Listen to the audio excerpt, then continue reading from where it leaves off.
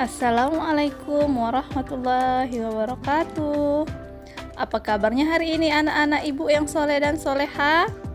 Semoga kita semua masih diberi kesehatan dan tetap semangat.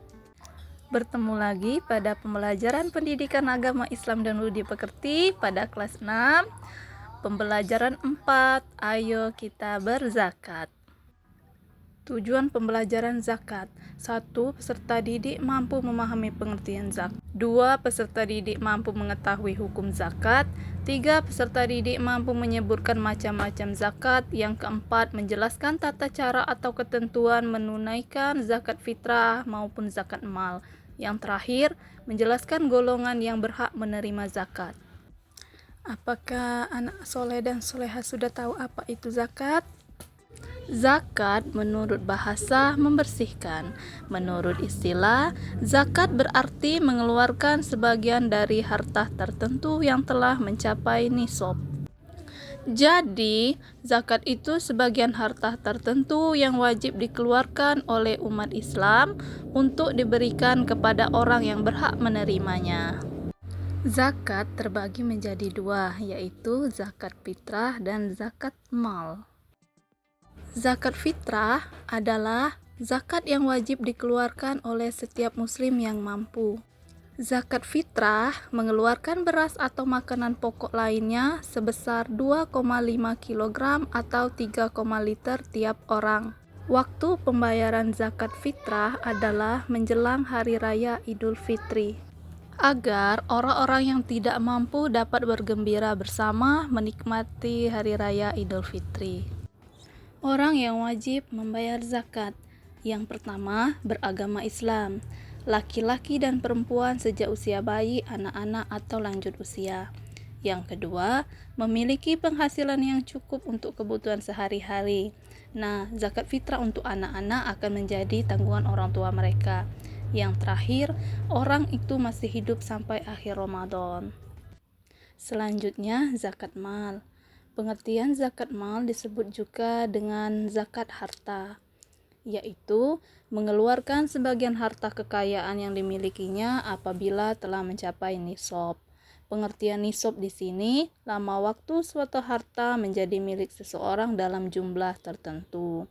Nah, contohnya, jika seseorang muslim memiliki 85 gram emas selama 1 tahun, zakat yang harus dikeluarkan 2,5%, atau jika harga emas 1 gram 400.000, nilai nisabnya adalah 85 gram dikali 400.000 sama dengan 34 juta.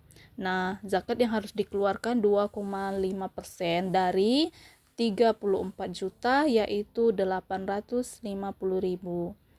Nah, zakat mal dimaksudkan untuk membersihkan harta yang dimiliki karena di dalam harta itu ada hak fakir miskin. Syarat wajib zakat mal. Yang pertama, pemilik harta adalah orang Islam. Yang kedua, pemilik harta telah baligh dan berakal atau tidak gila. Yang ketiga, harta tersebut termasuk dari jenis-jenis harta yang wajib dizakati. Jenis harta yang dizakati. Yang pertama, perhiasan emas dan perak yang disimpan. Yang kedua, uang simpanan yang telah mencapai 1 tahun. Yang ketiga, harta diperoleh dari usaha berdagang atau bekerja. Yang keempat, hasil pertanian misalnya padi dan palawija. Yang kelima, binatang ternak misalnya kambing, sapi, dan kerbau. Yang keenam, barang temuan misalnya perhiasan, uang logam yang terbuat dari emas, atau guci yang tinggi nilainya. Orang yang berhak menerima zakat disebut dengan mustahik zakat. Allah Subhanahu wa Ta'ala telah menetapkan golongan yang berhak menerima zakat dalam firman-Nya, yaitu Quran Surat At-Taubah ayat 60, yang artinya, sesungguhnya zakat itu hanyalah untuk orang-orang fakir, orang miskin, amil zakat yang digunakan hatinya atau mu'alaf untuk memerdekakan hamba sahaya, untuk membebaskan orang yang berhutang, untuk jalan Allah dan untuk orang yang sedang dalam perjalanan sebagai kewajiban dari Allah. Allah Maha Mengetahui, Maha Bijaksana. 8 golongan yang berhak menerima zakat. Yang pertama, fakir, orang yang mempunyai harta atau hasil usaha atau pekerjaan untuk memenuhi kebutuhan pokoknya dari tanggungannya. Yang kedua, orang miskin, orang yang mempunyai harta dari hasil usaha tetapi masih tidak mencukupi untuk memenuhi kebutuhannya. Fi sabilillah, yaitu orang yang berjuang di jalan Allah seperti berperang, berdakwah, dan menerapkan hukum Islam. Mu'alaf, kelompok orang yang dianggap masih lemah imannya karena baru masuk Islam. Ghorim, orang yang memiliki hutang, menanggung hutang, dan tidak sanggup membayarnya. Ibnu Sabil, orang yang terputus bekalnya dalam perjalanan atau musafir, dan para pelajar perantauan. Amil zakat, panitia penerima dan pengelola dana zakat. Yang terakhir, rikob, hamba sahaya atau budak.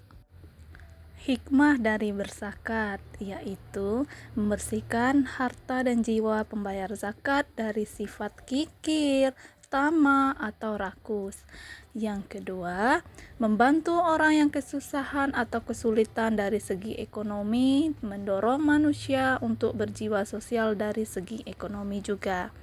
Yang ketiga, mendorong manusia untuk berjiwa sosial dan peduli kepada sesama. Yang keempat, mendorong manusia bersikap jujur dan bertanggung jawab atas harta yang dimilikinya. Yang terakhir, mengingatkan manusia bahwa harta dan kekayaan hanyalah titipan dari Allah Subhanahu wa Ta'ala.